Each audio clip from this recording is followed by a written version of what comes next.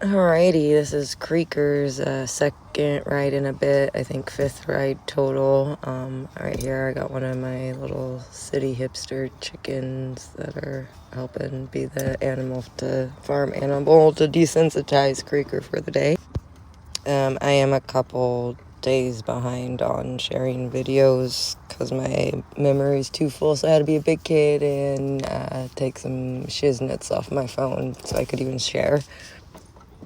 But I believe in this ride we're kind of mainly concentrating on getting him to move out better, understand the bit a little bit more. He's had the bit in his mouth a lot of times, so him just chomping on the bit is just a young thing. He's stood tied with holding a bit in his mouth for like a long time, so he should be over that. This is where I utilize my rope for helping kind of get him to want to move out when he's not so much responding to the leg cues. Again, it's just little tap, tap, taps.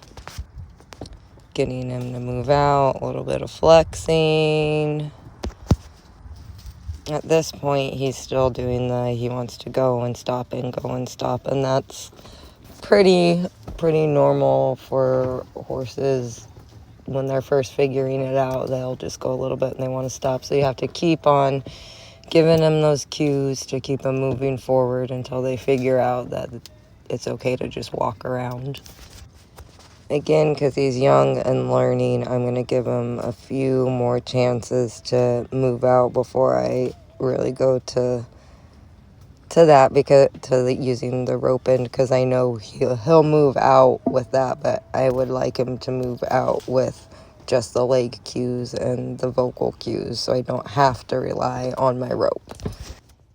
So Creeker does fight the bit a little bit sometimes. I guess you could say, to me, I don't consider it fighting. I consider it figuring it out, because he's still young and it's only his second time asking a rider to do something with a bit in his mouth.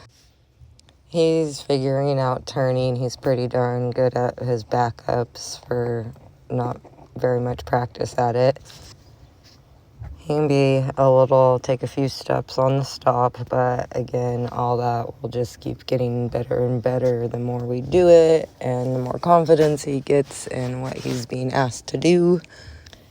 I don't so much worry about the wrong thing, but I more focus on the right thing. Some people, if they do the wrong thing, they make them work harder. I kind of I call it ignoring the dramatics and focus on the right things. If there's something I know a young horse is struggling with, I'll work on it, and then I'll go back to something I know that they're confident in, and then I'll go back to something that they're struggling with instead of just focusing on the struggling thing. So then they do kind of still feel good about themselves.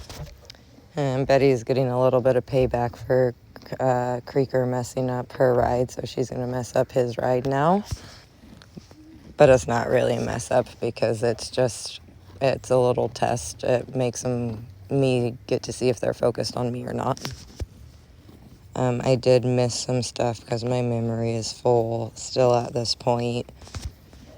But mainly, again, it's just moving his body left, right, moving his hindquarters, stopping, backing. It's progress, not perfection. If you watch, he's getting better and better each video.